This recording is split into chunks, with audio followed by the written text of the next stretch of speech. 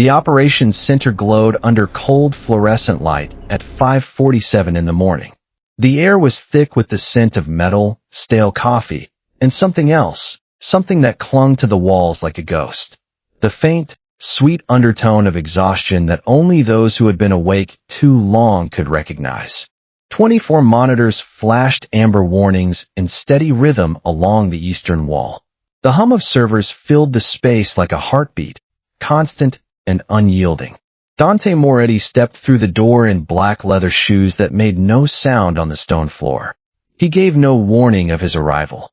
2 bodyguards followed him at a distance of 5 paces, but he did not need them closer. This was his building, and every corridor inside it, he had walked thousands of times across 15 years of rule. At 39, Dante carried the stillness of a man who had learned early that noise was the language of the weak. His charcoal suit was tailored to the millimeter. His face gave nothing away. His dark hair was swept back from a sharp widow's peak, and his eyes, the color of aged whiskey, held the flat, patient watchfulness of a predator who had long since stopped needing to prove himself. In the underworld of New York, he was the name spoken quietly at dinner tables in 3 languages. The man whose empire moved through shell companies scattered across 3 continents, whose financial network handled sums that most legitimate banks could not process in a single quarter. The unmarked building in Manhattan where he now stood was the heart of that entire network. What happened in this room decided what happened everywhere else. For 3 weeks, something had been wrong. International partners had grown slow to respond. Whispers of an internal leak had begun circulating in the circles that counted. He had come this morning to see the situation with his own eyes. Unfiltered, unannounced. He walked past the row of desks where the night shift engineers were finishing their watch. A few of them looked up, recognized him, and dropped their eyes back to their screens with the sudden focus of men who did not want to be noticed. He did not stop at any of their stations. He walked to the center of the room. And there, at the central console, he came to a halt. A man sat at that desk. He was young, perhaps 27, with honey-brown hair that had come loose from its tie and fell in soft waves around a face that was all sharp angles and delicate lines. He wore a rumpled gray hoodie that had seen better days, and his head rested on his folded arms. Beside him sat a coffee cup with a cold film across the top, a paper notebook dense with hurried handwriting, 3 red pens gone dry from use. The monitor in front of him scrolled logs at a speed only the person who had written them could have read. Dante did not read the screen. He did not read the notebook. He saw only one image before him. The man most responsible for the organization's financial nervous system, asleep at the most sensitive station in the building during the most fragile week of the past 3. And then he felt it. The scent hit him like a physical blow. It was faint, barely there, muffled by exhaustion and the industrial air filtration, but unmistakable to an alpha of his caliber. Vanilla. Warm, rich vanilla, like something baked in a kitchen on a winter afternoon. Beneath it, the clean, sharp undertone of something floral. Jasmine, perhaps, or honeysuckle.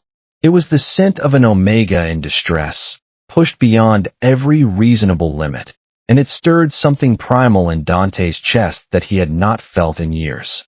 He crushed it immediately. This was not the time. This was not the place. One of the bodyguards leaned toward him and spoke in a low voice. "That is Julian Ashford, sir. Chief Systems Engineer. 27 years old. He oversees the entire financial network." Dante heard the name, but did not turn his head. His gaze moved across the desk and registered each detail without weight. The clouded coffee, the overflowing notebook, the tired hand still resting near the keyboard, the faint sheen of sweat on the back of Julian's neck, visible where the hoodie had slipped.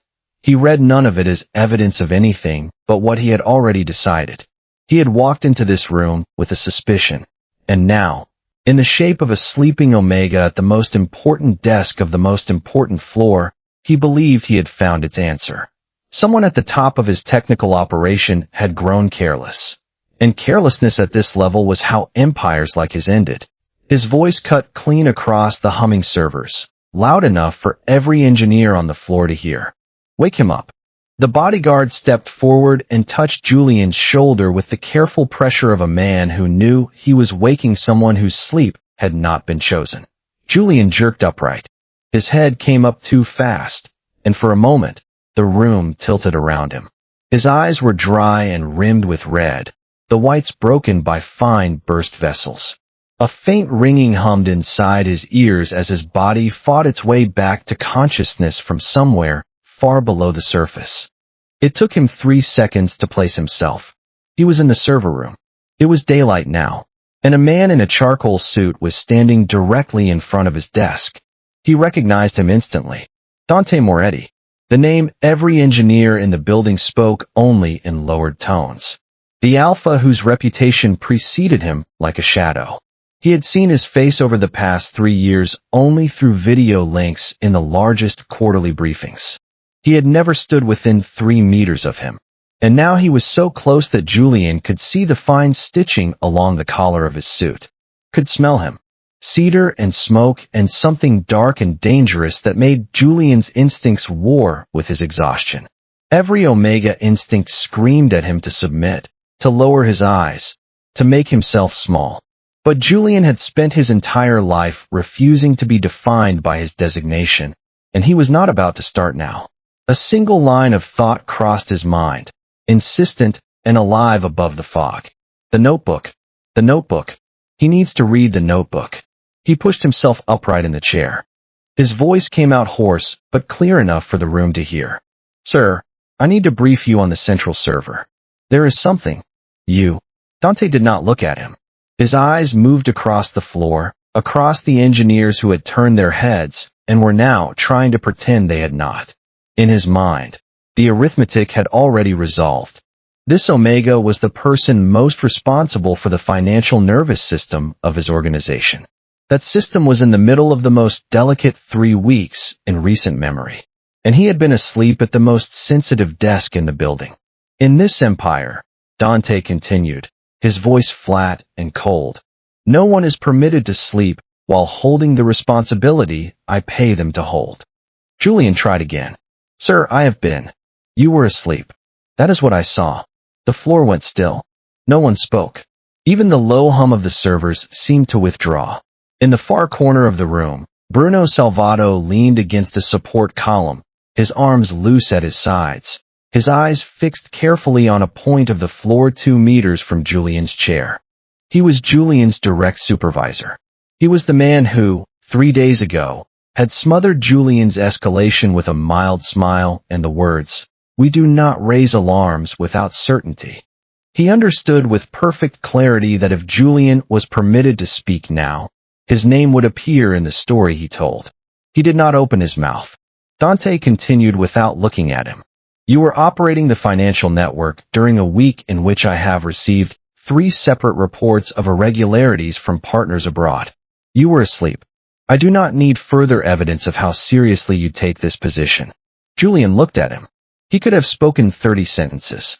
He could have explained the attack. He could have named Bruno. He could have described the 48 hours, the intrusion pattern, the sleeping trigger buried in the core cluster. But he had been in this profession long enough to recognize the specific look a powerful alpha wore when his decision had been made before he entered the room. Nothing he said would land. He lowered his hand from where it had been resting on the notebook. He did not argue. He did not reach for the sleeve of Dante's suit. He simply stood back straight and waited for what would come next. Dante turned to the bodyguard beside him. His voice remained flat. He gave the order that would redefine the 15 years he had spent building his empire. Take his access badge. Terminate his contract effective immediately. Hand the entire system over to the replacement shift. 3 sentences delivered without half a second between them. The floor turned to stone. Even the servers, which had been humming beneath the conversation, seemed to fall into an obedient hush. The bodyguard stepped closer to Julian, but there was nothing for him to seize. Julian had already lifted his hand to the lanyard at his collar. He unclipped the silver access badge with slow, deliberate movements. His fingers did not tremble. He lowered the badge to the surface of the desk, and it made no sound against the wood. the posture of a man too drained to permit any dramatic gesture. Dante read the motion in his own language. He read it as the quiet surrender of an employee caught in the act. He did not read it as the absolute exhaustion of an Omega who had not closed his eyes across 2 full nights. Bruno Salvato stepped out of the corner and moved toward Dante with an expression of concern packaged with practiced care. "Sir, allow me to supervise the handover personally. The replacement shift will assume control within 10 minutes. Dante gave a short nod without looking at him. In his mind, the matter was closed. He had answered what he took to be the first visible symptom of decay in his empire, and the signal had been broadcast for every eye in the room. From this morning forward, no one would dare imagine that a critical station could be taken lightly. Julian turned. He bent to lift the small canvas bag he kept beneath the desk. As he straightened, his hand slid inside the bag to steady its contents, and his fingers brushed against something soft that did not belong to the world of the server room. A small stuffed rabbit, old, worn along the seams, a pale blue ribbon around its neck faded almost to gray from years of a small hand tugging at it. Leo had pressed the rabbit into his palm 3 nights earlier at the door of their apartment.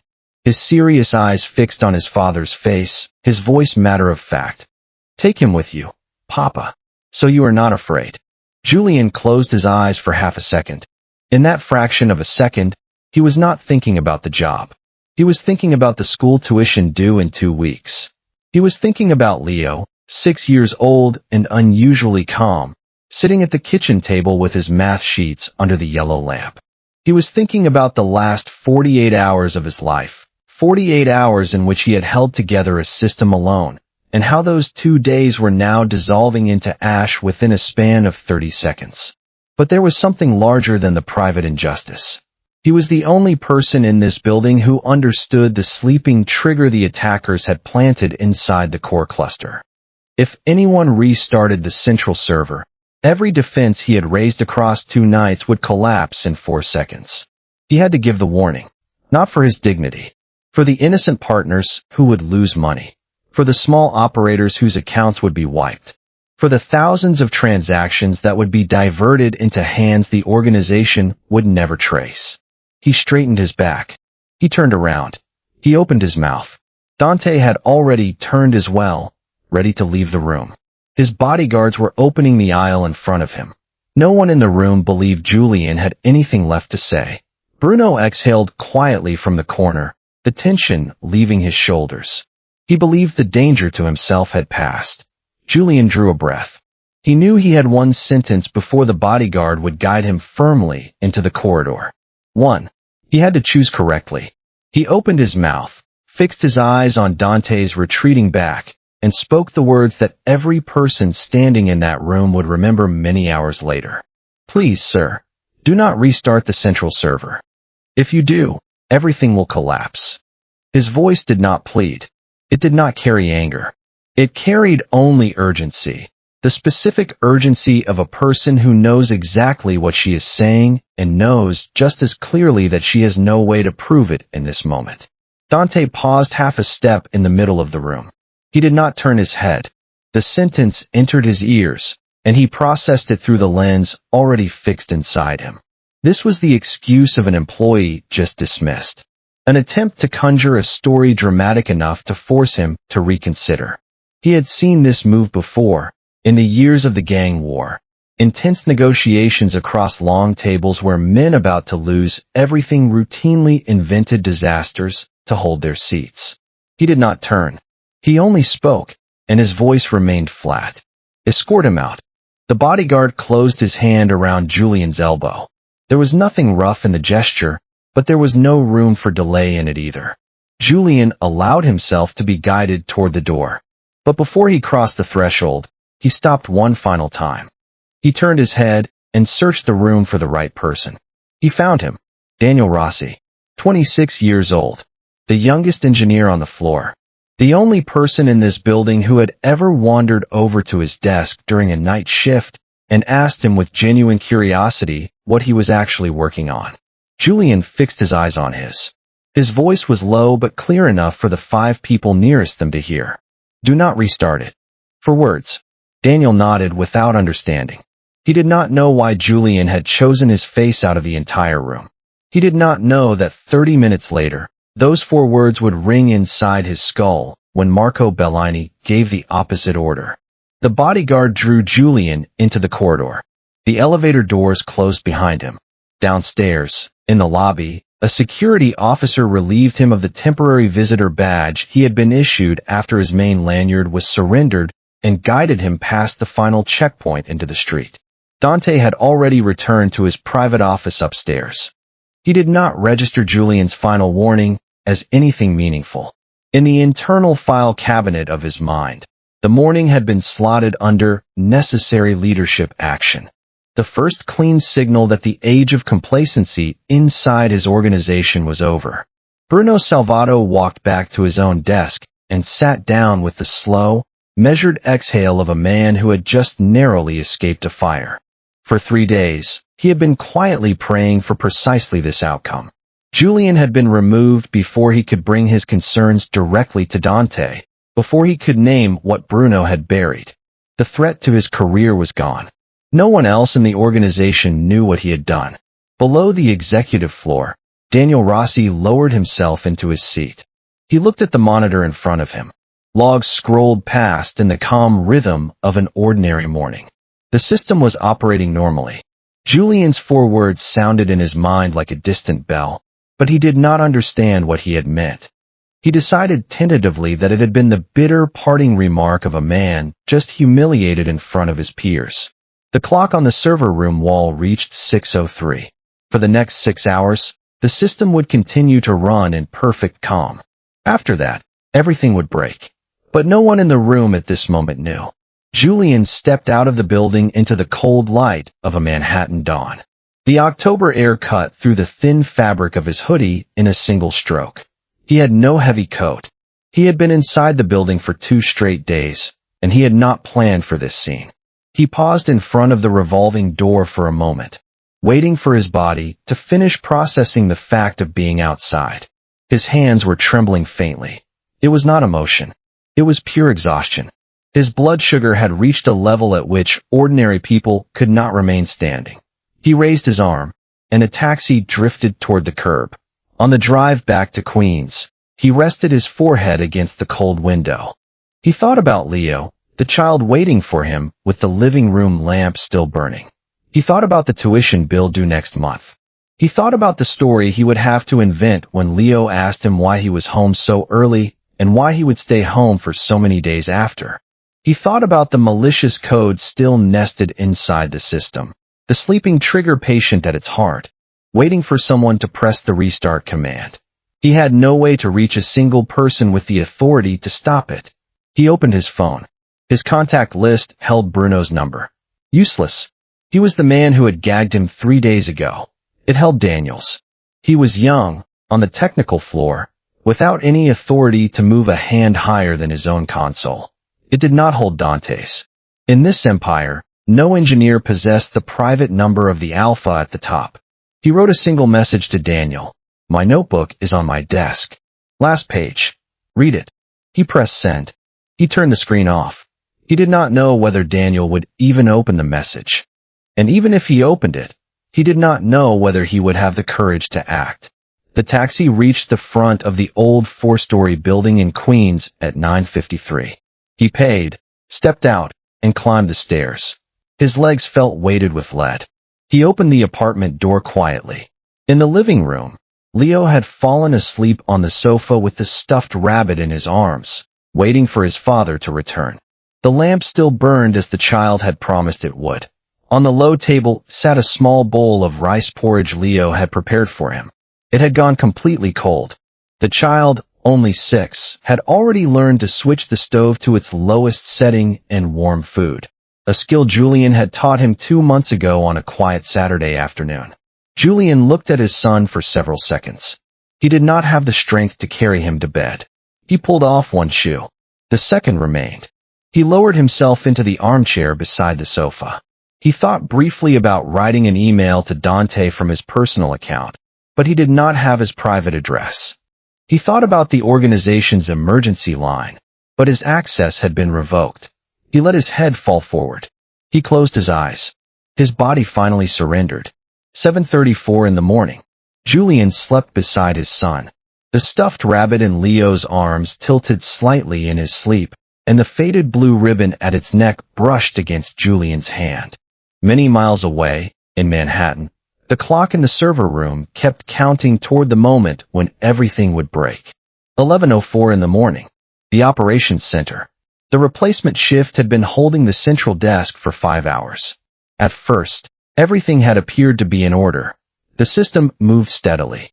Transactions passed through at their ordinary velocity. The logs carried nothing that resembled a serious alert. The replacement crew had settled into the working assumption that Julian had exaggerated the situation, or perhaps that the trouble he had described did not truly exist. Then, at 11:04, the first warning surfaced. A single transaction from a Zurich counterpart returned a delay of 7 full seconds where the standard measurement was in milliseconds. 3 minutes later, 3 more transactions reported the same anomaly, all of them along the outbound international channels. By 11:22, the international queue had begun to congest visibly, and the engineers at the secondary desks were starting to glance at each other with the kind of nervous curiosity that precedes a real problem. The new shift lead was a seasoned engineer, competent by any ordinary measurement, but he had never once read the core architecture Julian had written. He ran the standard diagnostic sweep. The results returned nothing conclusive. The system reported no discrete error, only an unexplained slowness draped across the international pathways like a fine gray dust.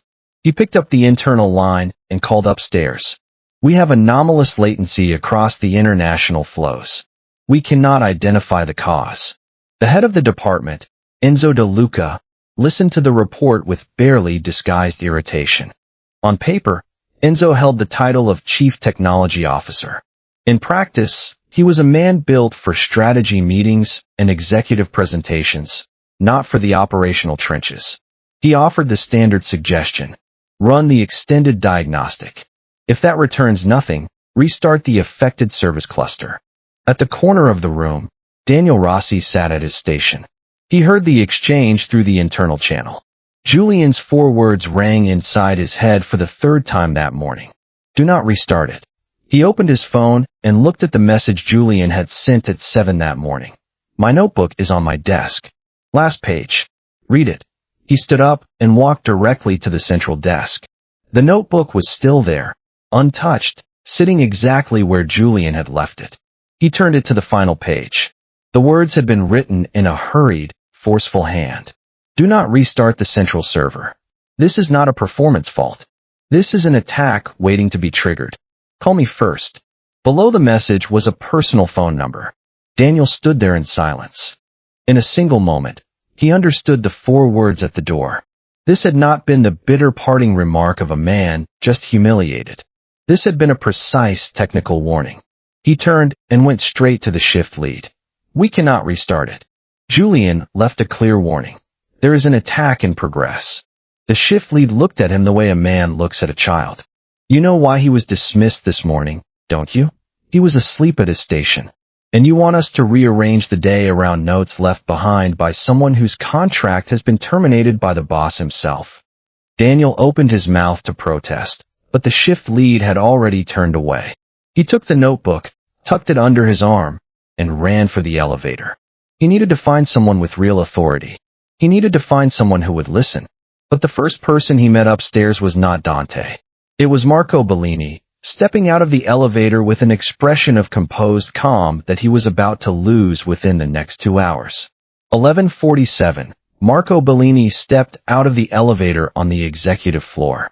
42 years old, in a pale gray suit and a deep blue silk tie, wearing the warm, easy smile that every subordinate in the building recognized and trusted. Marco had stood beside Dante for 10 years, through 3 gang wars, through 3 separate nights that had come within inches of killing them both. Inside the organization, Marco's loyalty was the single fact that no one thought to question. Daniel Rossi came half running toward him, breath uneven, the notebook clutched in his hand. Mr. Bellini, please listen to me for 1 minute. Julian Ashford left a warning about a cyber attack. He wrote that we must not restart the central server. Marco stopped walking. His smile did not change. Inside his chest, however, his heart executed one hard, uneven beat. He knew exactly what the warning referred to. He knew because he was the man who had opened the access 3 weeks ago. The man who had handed the highest clearance credentials to the attackers. Vittorio Bianchi had taken Isabella and their 2 boys. And each day Marco delayed brought another video to his phone. Another cut of hair inside a plain envelope. Marco placed his hand on Daniel's shoulder and spoke with the warm, unhurried calm that had made him beloved on every floor of the building. You're the young engineer, right? Rossi, isn't it? Listen to me. You know why Julian was dismissed this morning. Anything he wrote while running on no sleep is not something we can build decisions on. Give the notebook to me. I will handle it properly. Daniel hesitated. Something in Marco's tone caught faintly against the grain of his instinct. The calm was too immediate. The hand had come out too quickly for the notebook. But this was Marco Bellini, the right hand of Dante Moretti. There was no one in this building whose position permitted him to question Marco. He handed over the notebook. Marco took it with both hands, a gesture of respect, and gave Daniel a serious nod. You did the right thing by reporting. Go back to your station. I will bring this directly to him. Daniel turned and walked away. But the unease inside him did not dissolve. He could not name what was wrong. He only knew that something was. Marco walked to the small conference room on the executive floor, where Dante was reading through the morning financial reports. He knocked once and stepped inside with the expression of a man arriving for routine business. Julian's notebook was already tucked away inside his leather briefcase. Have you heard about the latency on the international flows? Dante looked up from the papers. Just now. Enzo called in. I went down myself. It's a standard memory accumulation issue. The service cluster has been running continuously for weeks without a proper refresh. My recommendation is a restart of the central server. It's the same procedure we've run dozens of times over the years. For minutes, then the system returns to baseline. Dante looked at Marco. In this empire, trust was the single most valuable asset a man could hold. And Marco had earned his across 10 years of demonstrated loyalty. Nowhere inside Dante's mind did suspicion form. He remembered faintly that Julian had said something about a restart earlier that morning. But his words had already been filed under excuse from a dismissed employee and carried no weight in the calculation. He nodded once. Do it. Marco inclined his head and stepped back into the corridor. He opened the briefcase, tore the final page out of Julian's notebook, and folded it carefully into the inside pocket of his suit jacket, in case the evidence would ever need to reappear on his terms. The remaining pages went into the executive floor shredder.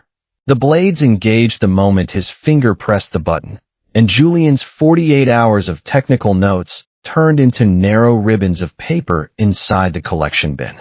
Marco rode the elevator down to the operations floor and delivered the order to the shift lead. The clock reached 12:43. The shift lead typed the command. The cursor blinked in silence over the enter key. 12:47 in the afternoon. The shift lead pressed enter. For the first 3 seconds, every indicator seemed to stabilize. Latency dropped. The transaction queue cleared. The shift lead exhaled with visible relief. Marco stood at his shoulder wearing a small, gracious smile.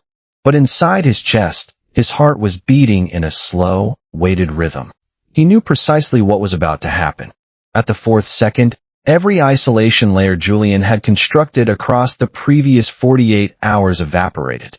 The volatile memory in which his temporary logic had been running was wiped clean by the restart procedure, as cleanly as a hand sweeping crumbs off a table. The sleeping trigger the attackers had planted 3 weeks earlier had been waiting for this exact instant. It ignited.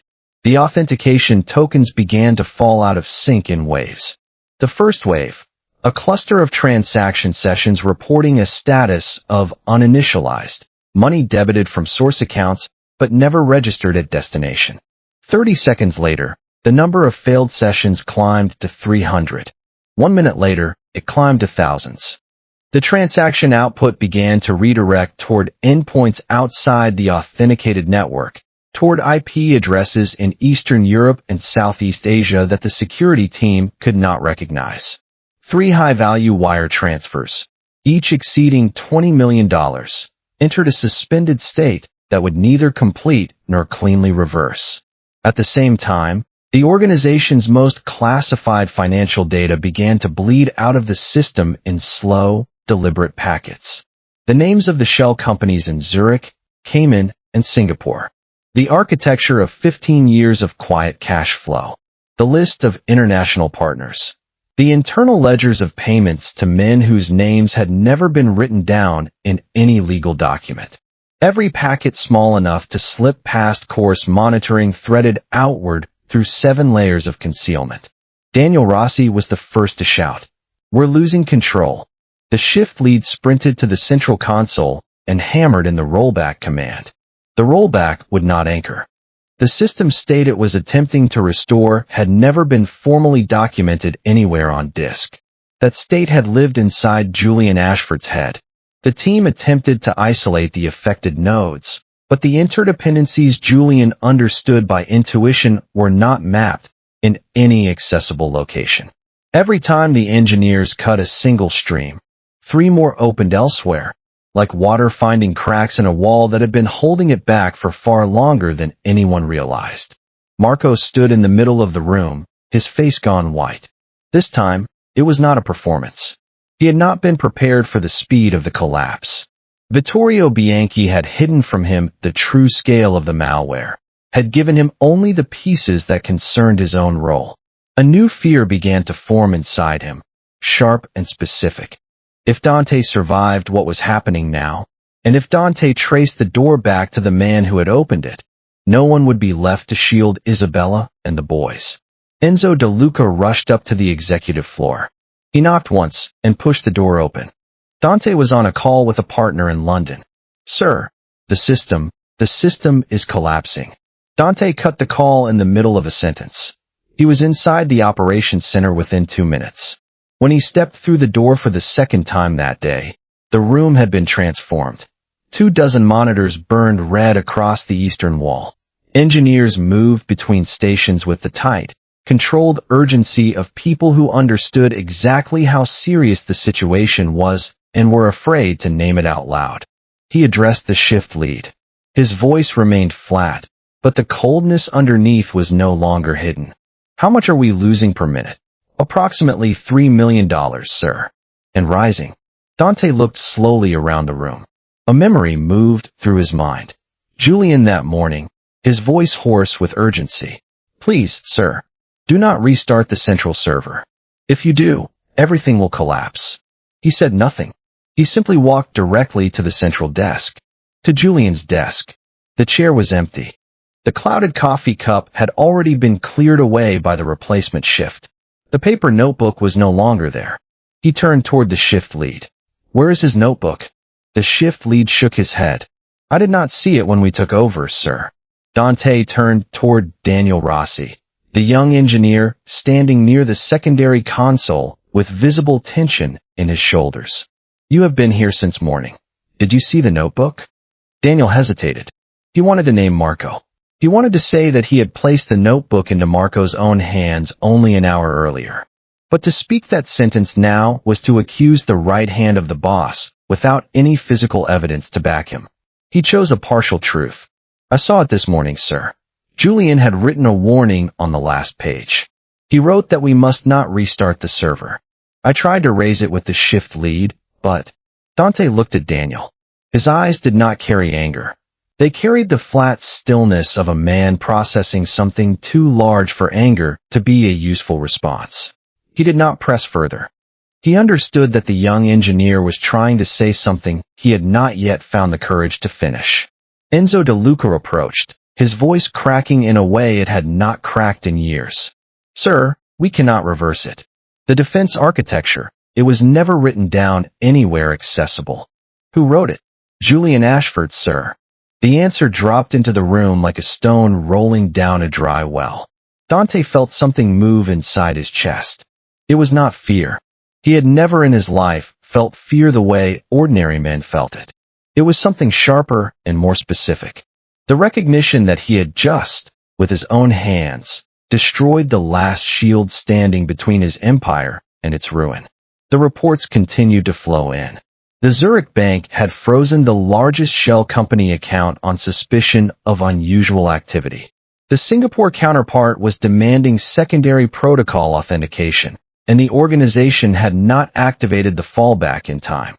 3 Cayman investors had called in person, threatening to sever their connections within 24 hours if no explanation arrived. If this state of collapse continued to the end of the day, the empire would lose its ability to settle. Losing its ability to settle meant losing the trust of its partners. Losing that trust meant losing everything. Within the next 48 hours, 15 years of quiet, patient construction could evaporate entirely. Dante turned to the room and asked whether anyone in the team understood Julian's logic well enough to reverse the damage. No one answered.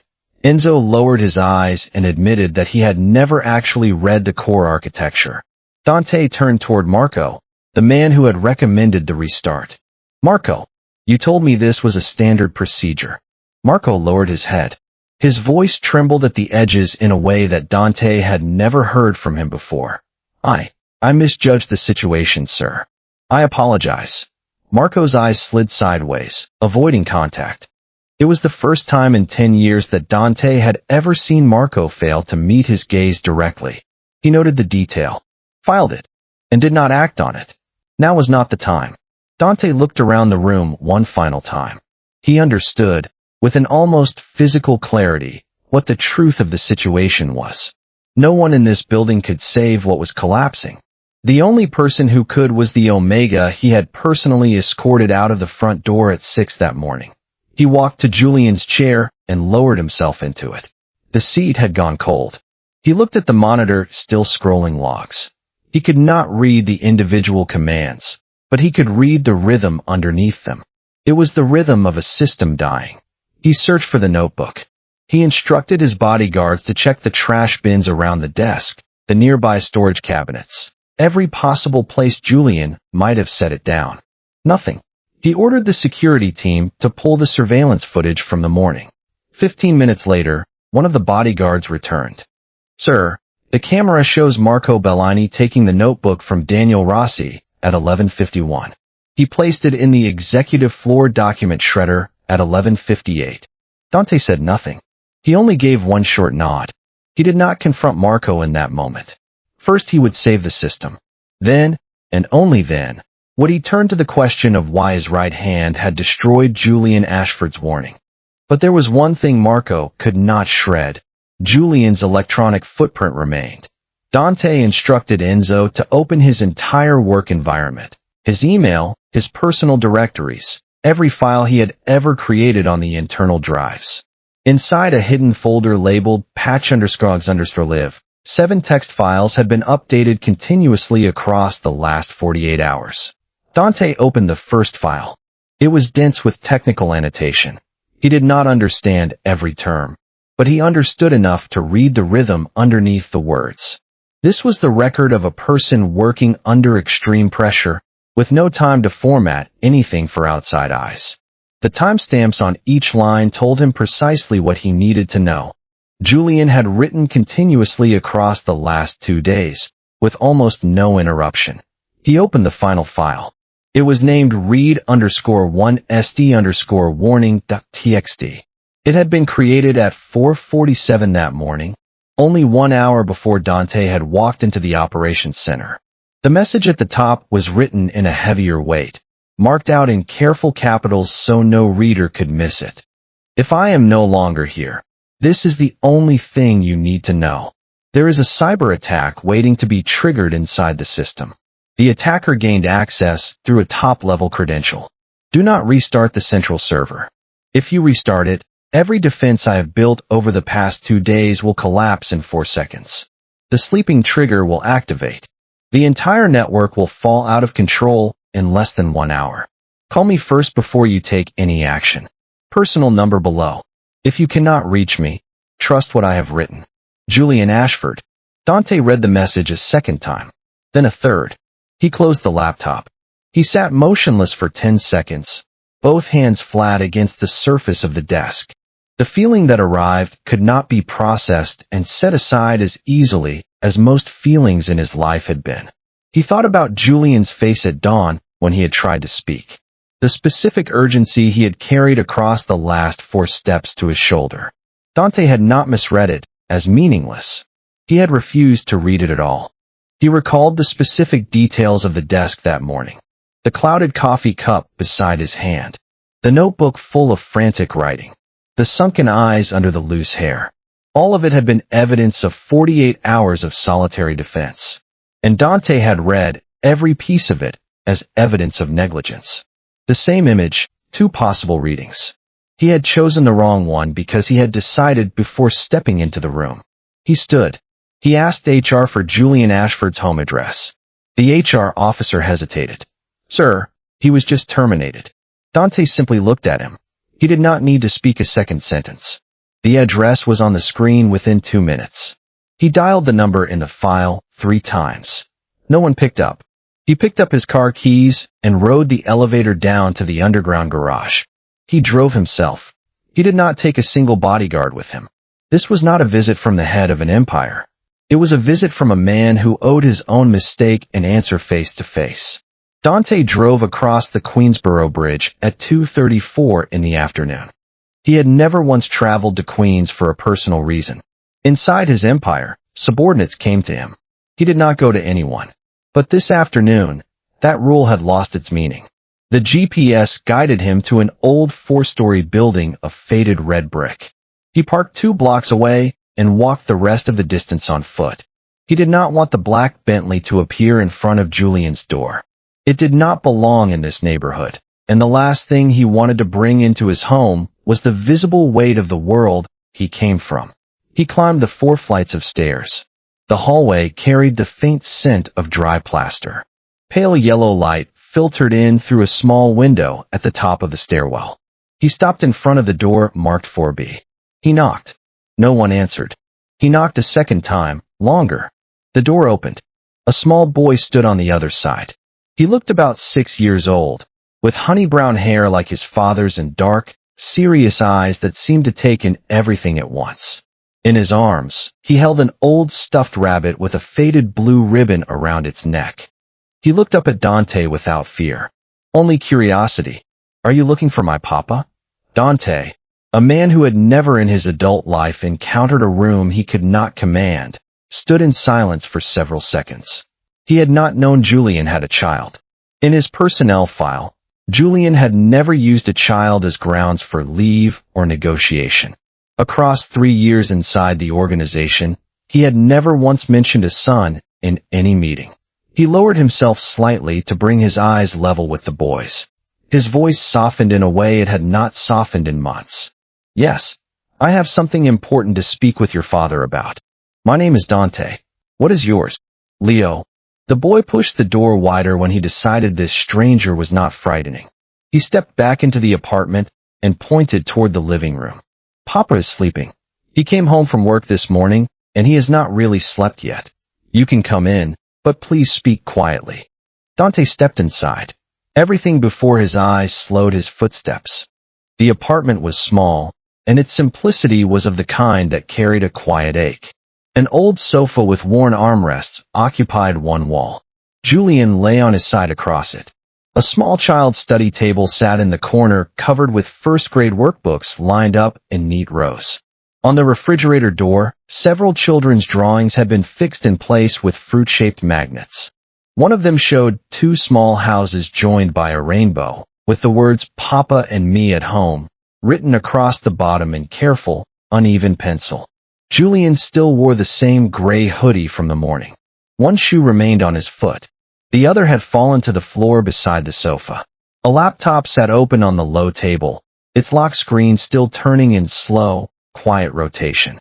Beside it, a small bowl of rice porridge that Leo had reheated for his father sat completely cold. On the kitchen counter, several takeout containers had been stacked without care.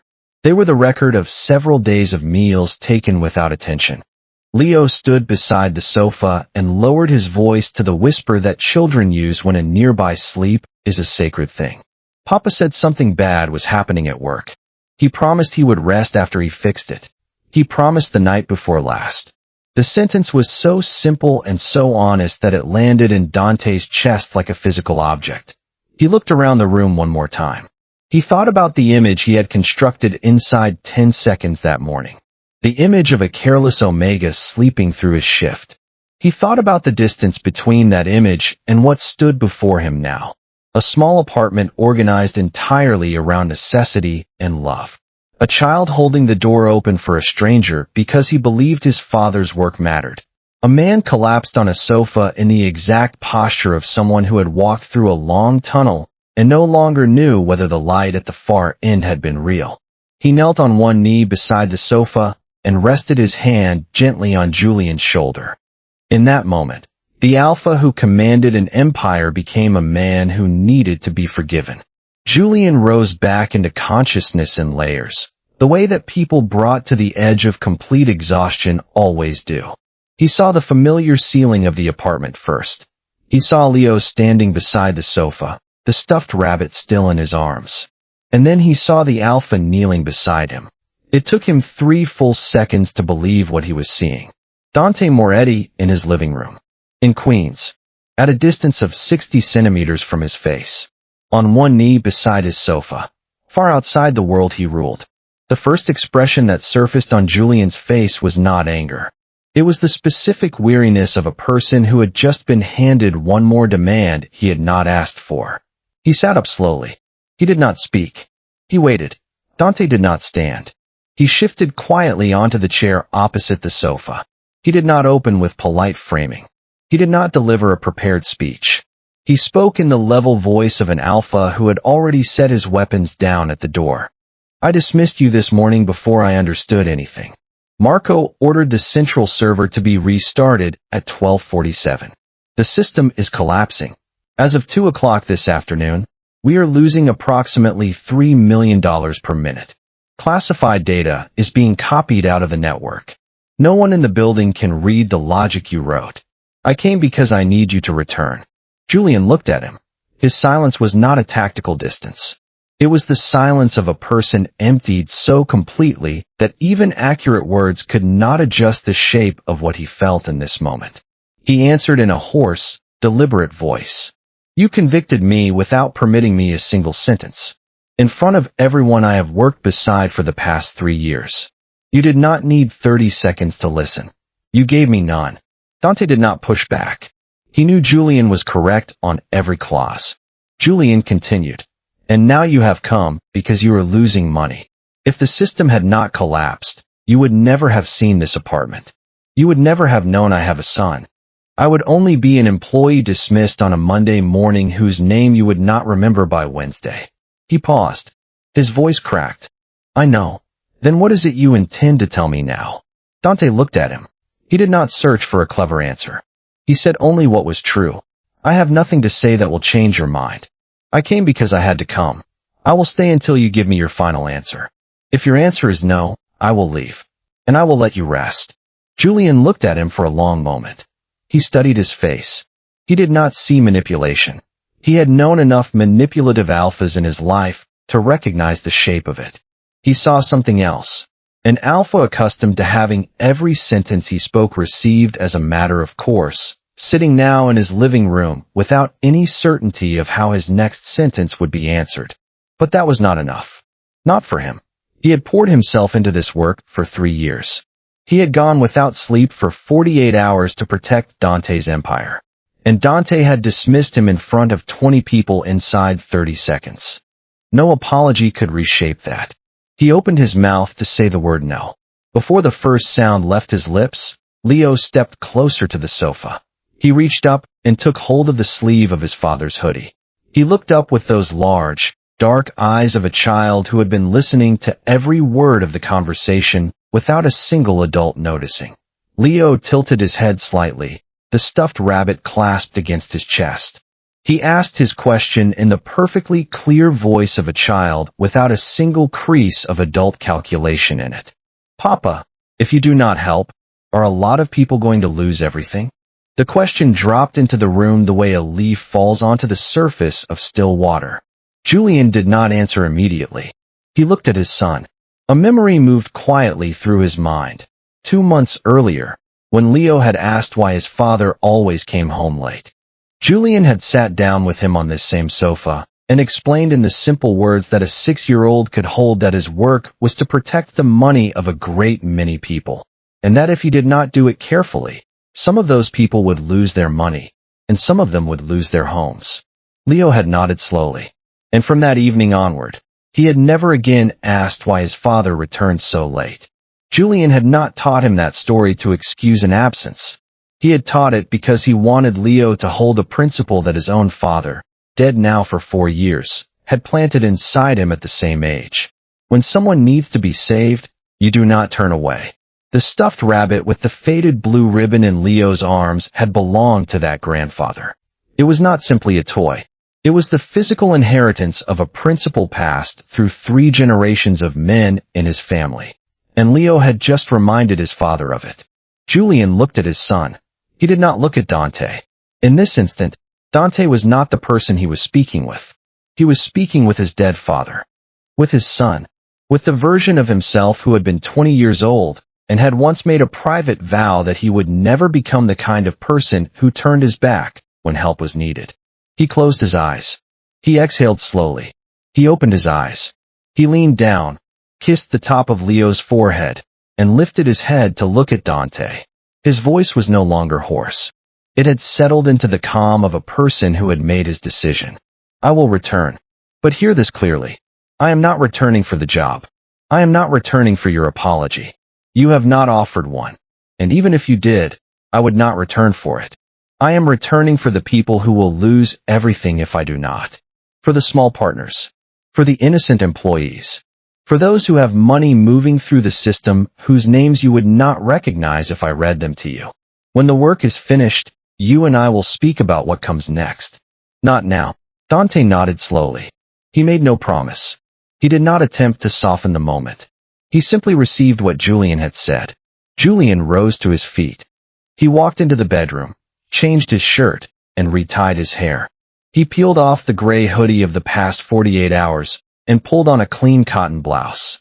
He drank a full glass of water at the kitchen sink before opening the door.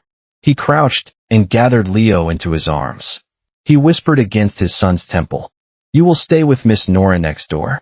I will come home when everything is safe. Leo nodded and lifted the stuffed rabbit toward his father. Take him so you will not be afraid. Julian looked at the rabbit for a few seconds. Then he shook his head gently and smiled.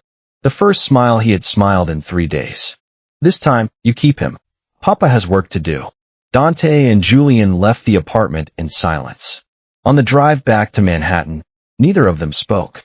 But something new had formed between them in the space of that afternoon. Something both of them felt and neither of them wished to name yet. For 12 in the afternoon, Julian stepped through the doors of the operations center for the second time that day. The air inside the room shifted. There was no cheering, no applause. There was only the quiet exhale of people who had been carrying a weight beyond their capacity and had just seen someone competent walk through the door. He did not wait to be introduced. He walked straight to the central desk and lowered himself into his chair.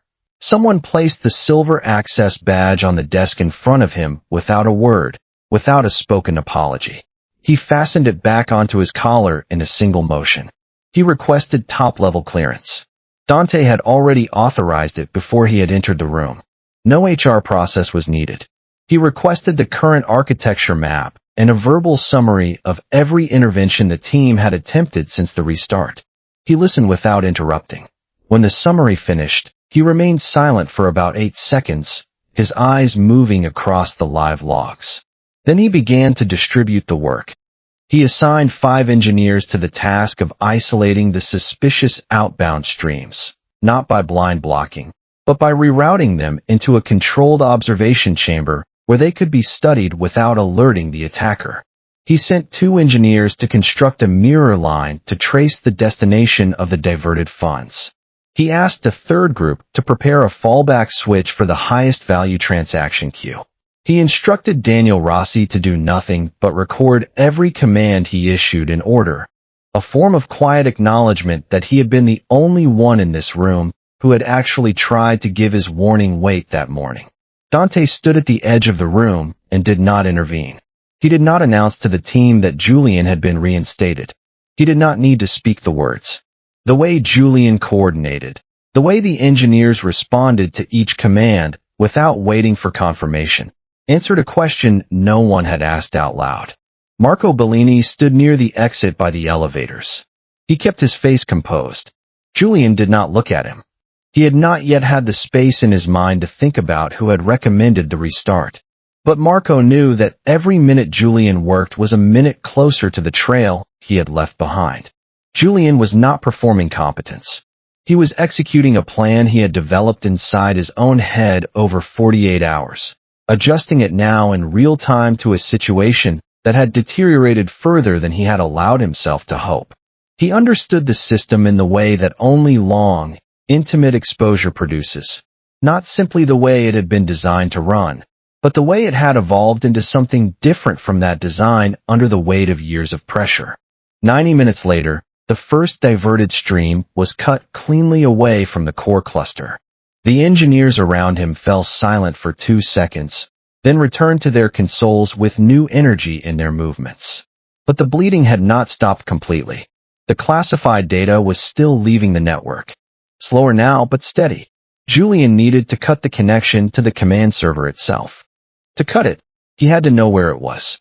He opened a new terminal and typed the first line of the reverse trace.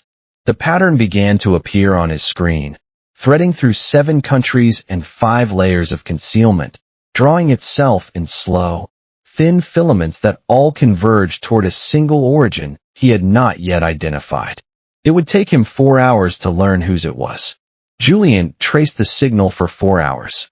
The attacker was extraordinarily skilled. The trail had been camouflaged across 7 proxy nodes, stretched over 5 countries, layered inside legitimate traffic patterns designed to blend into the standard rhythm of the network. But Julian had written this system with his own hands, and no one, however clever, could hide from him inside the garden he had planted. By 8:34 in the evening, he was staring at a small command line buried inside the internal authentication module. A permission had been granted from an account holding the organization's highest security clearance. Only 3 individuals possessed that clearance level. The first was Dante Moretti himself, whose top-level account was not used for daily operations. The most recent entry on his record was from 7 months earlier. The second was Franco Ricci, the former chief technology officer who had died in a car accident 2 years ago. His account had never been formally deactivated due to a lapse in the Human Resources Archive. The third was Marco Bellini, the right hand of Dante. Julian checked the access timestamps. The credential had been used for the first time 3 weeks earlier, always late at night, always originating from an IP address that had passed through 4 layers of concealment. But the final entry point of each session matched to the meter, the physical location of Marco Bellini's personal mobile phone, according to the location records the organization maintained on its senior members for security purposes. He verified it 3 times. 4 times. There was no error. He lifted his head. Dante was standing 3 meters away, watching him work as he had been watching him for the past 4 hours. He had not once sat down. He had not left the room. A bodyguard had brought him coffee. He had not drunk it. Julian did not speak. He simply turned the monitor toward him. Dante stepped closer. He bent over to read. He was not a technical man, but he understood enough to grasp 3 things. The trail was real. It led to an account labeled Bellini, and the starting date was 3 weeks earlier, matching precisely the moment when he had received the first report of unusual behavior from the international partners. His face did not change. Only his hand at his side closed into a fist so tight that the knuckles went white. Inside that single moment, 10 years of memory moved through him. 3 gang wars. The nights Marco had stood beside him under gunfire. The family dinners when Marco had held his 2 small sons on his lap in the warmth of a summer evening.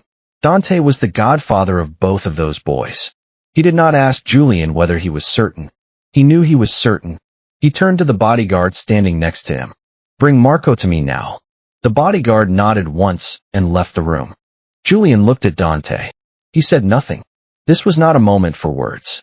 He simply returned to his work, his eyes moving back onto the screen. On another layer of his terminal, he was already preparing the final disconnect command for the instant they located the control server. Marco stepped into the operations center 3 minutes later. He saw Julian seated at the central desk. He saw the monitor angled toward the door, displaying his own account and every trace of the past 3 weeks laid out in clean, undeniable rows. He saw Dante standing beside him, his hands still clenched at his side. He did not need to hear anything further. In that single moment, 10 years of loyalty, 3 gang wars, and every family dinner they had ever shared collapsed into a single point that Marco could not deny. Dante did not ask. He only watched. Marco lowered himself to his knees in the center of the operations floor. The man who had commanded 200 armed men, who had stood beside Dante on the most fateful nights of his life, knelt down before a truth that could not be argued with. The entire room went still. Marco lifted his head. His eyes were red. His voice broke as it came out of him. "Please, sir, hear me. Not for me. For Isabella and my sons."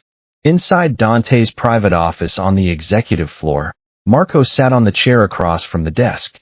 Dante stood, his hand resting on the back of his own chair. He did not sit down.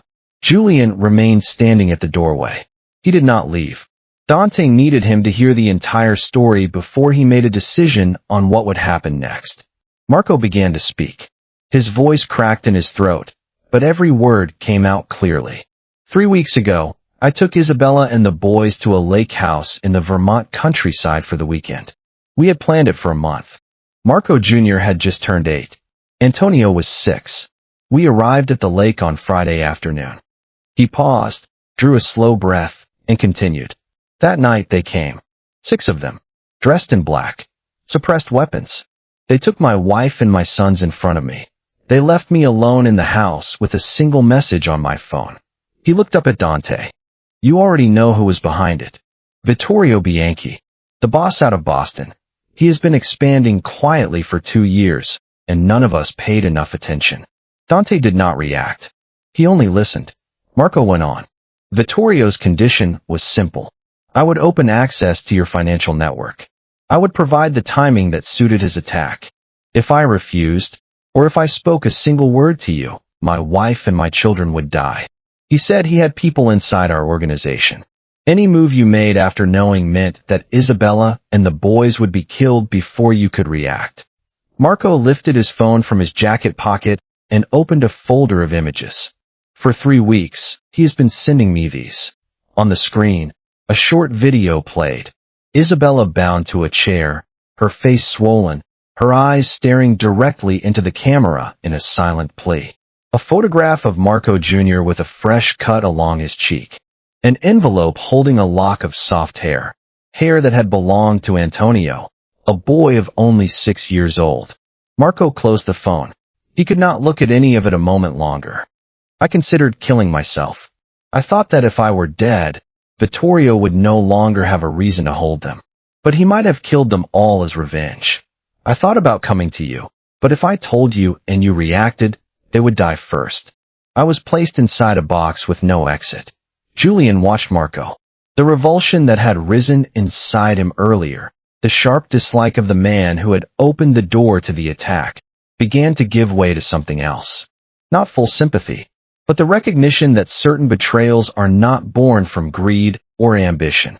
They are born from love that has been pushed beyond the point at which any person can endure. Marco lowered his forehead until it touched the surface of the desk. I betrayed you. I know the price.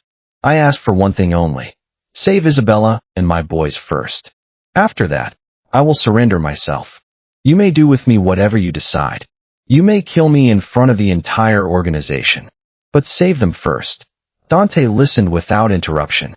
2 things moved through his mind in parallel. The anger toward a man who had stood beside him for 10 years, and the memory of what he himself had done that same morning, when he had convicted another human being without permitting him a single sentence.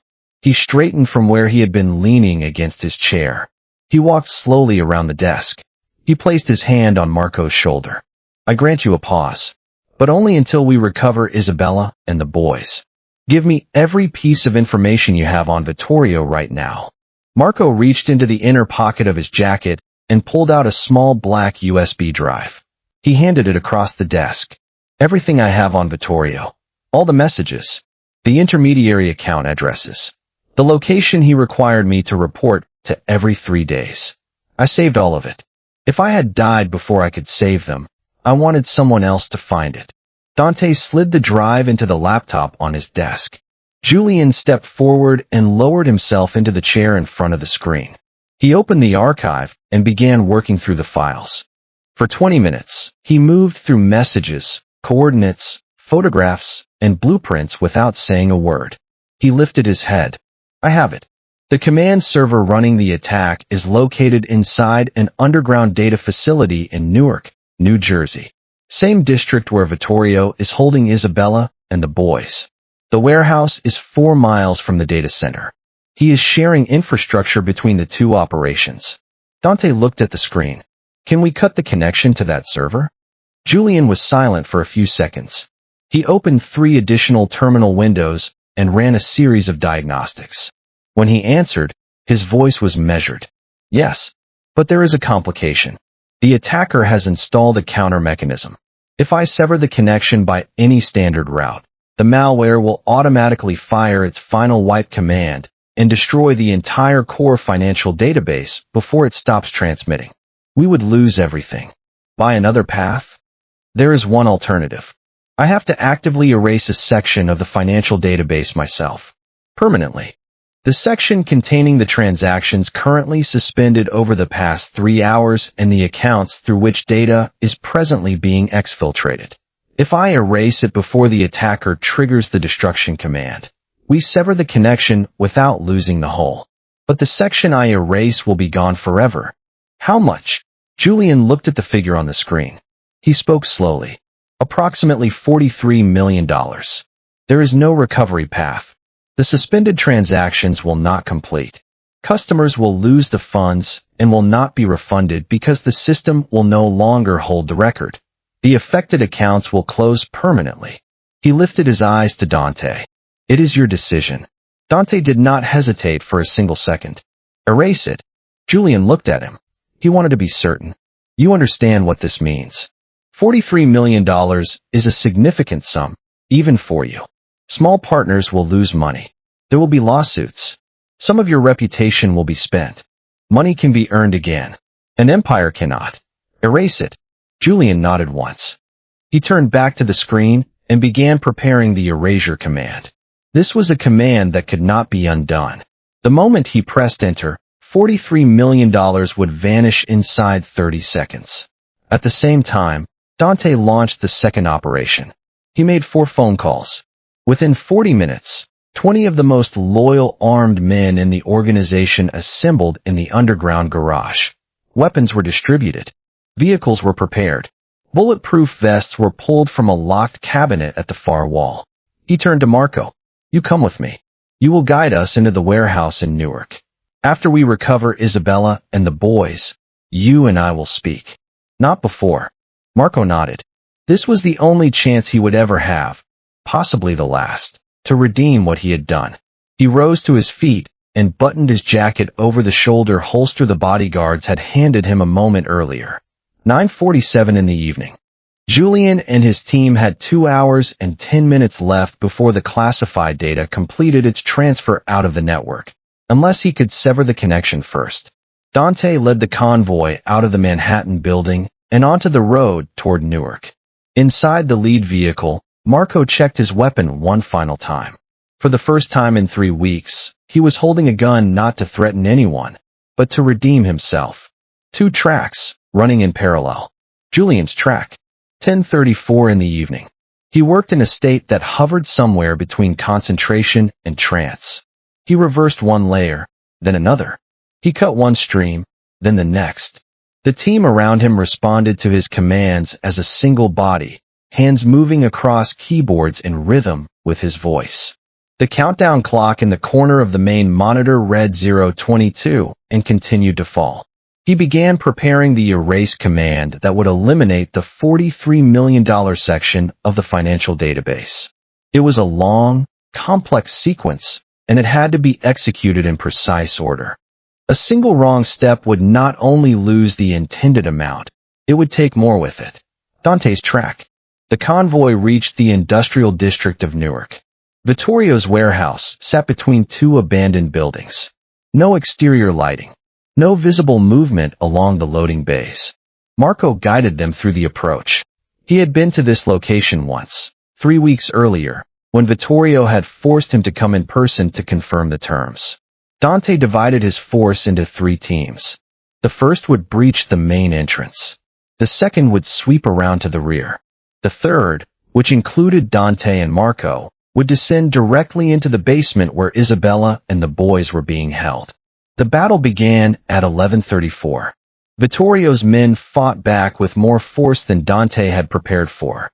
Vittorio held 40 armed men inside the building, not 20 as the intelligence had reported. He had prepared for the possibility of an attack. But the men who stood with Dante had walked with him through 3 wars. They advanced with discipline, breaking the opposing force into small clusters and eliminating each pocket of resistance in turn. Julian's track. 11:51 in the evening. The countdown read 9 minutes and 11 seconds. He pressed enter on the erasure command. 30 seconds passed in absolute silence around his console. $43 million vanished from the database. At the same instant, the attacker detected the erasure and triggered the final destruction command. But the destruction command required data to destroy. The data was already gone. The command executed against empty space. It found nothing to harm. 11:57, 3 minutes and 22 seconds remaining. Julian severed the final connection to the control server in Newark. The stream of classified data stopped mid-packet. The team around him went silent for 3 full seconds, and then broke into a collective exhale that carried the weight of everything the last 12 hours had held. Dante's track. 11:58. The third team reached the basement. Isabella and Marco's 2 sons were bound to chairs. Dehydrated. Hollow with fear. But alive. Marco rushed to them and gathered his wife and his boys into his arms all at once. In that moment, he was thinking of nothing else in the world. But the fight was not over. Vittorio Bianchi was still inside the building. Dante stood and stepped into the basement corridor. Vittorio emerged from around a blind corner, a pistol raised in his hand. He aimed directly at Dante.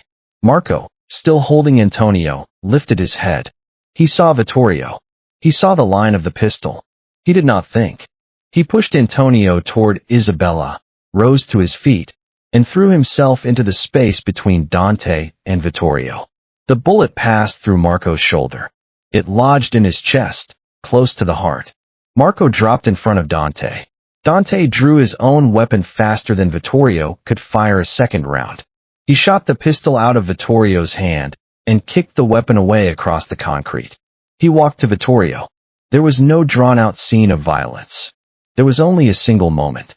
Dante stood over him, and everything that 15 years of power had taught him about the nature of men like Vittorio Bianchi lived in the calm of his eyes. He ended it with one shot. He knelt beside Marco. Isabella and the boys reached them. Marco was still breathing, weak, but breathing. Dante pressed his hand hard against the wound to stem the bleeding. Marco looked up at him. He tried to speak. His voice was barely above a whisper. Isabella, the boys. They are safe. You are alive. Hold on. The bodyguards carried Marco to the ambulance, already waiting outside. The vehicle sped away toward the nearest hospital, siren cutting through the empty industrial streets. 12:34 in the morning. Dante stood in the middle of a warehouse thick with gun smoke and the flashing red of emergency lights. His phone vibrated in his pocket. A message from Julian. Done. The system is stable. Are you safe? He looked at the message for a long moment. Then he typed his reply. We are safe. Marco is being treated. I am coming home. 3 weeks later. The late afternoon light poured through the tall glass panels of the Manhattan building and warmed the main lobby that had always felt cold under the fluorescent ceiling. The same space, wrapped now in a different kind of light. An organization-wide meeting had been called that morning. 200 members and staff stood along the rows of seats in the main hall. Dante walked up to the podium. He carried no papers. He spoke. 3 weeks ago, I dismissed Julian Ashford before I had heard a single complete sentence from him. I made that decision based on an image that fit what I had already decided before I entered the operations center. I was wrong. My mistake nearly destroyed everything we have built across 15 years. I owe Julian an apology. And I owe one to every person in this room. The hall fell into a silence that resembled the silence of the server room on the morning that had started everything, and yet was a silence of an entirely different kind. Julian stood in the first row. He gave a single small nod. He did not smile. He did not extend a forgiveness that had not yet fully arrived inside him. He only received what Dante had offered. Dante continued. From today, Julian Ashford is the Director of System Security for the entire organization. He holds full authority to protect the financial network. He reports directly to me without intermediaries. Anyone who obstructs him at any level will answer to me personally. He paused and looked across the room. At the same time, 3 new policies take effect immediately. First, an escalation protocol allowing any frontline engineer to report a security risk directly to me. No one is permitted to block that report. Second, a rotation standard that prevents any single person from becoming a single point of failure. No one is permitted to work more than 20 consecutive hours. Third, a protection policy for anyone who raises a risk alarm, shielding them from any form of retaliation. These are the policies Julian requested before he accepted his new title. They are permanent. Dante stepped down from the podium.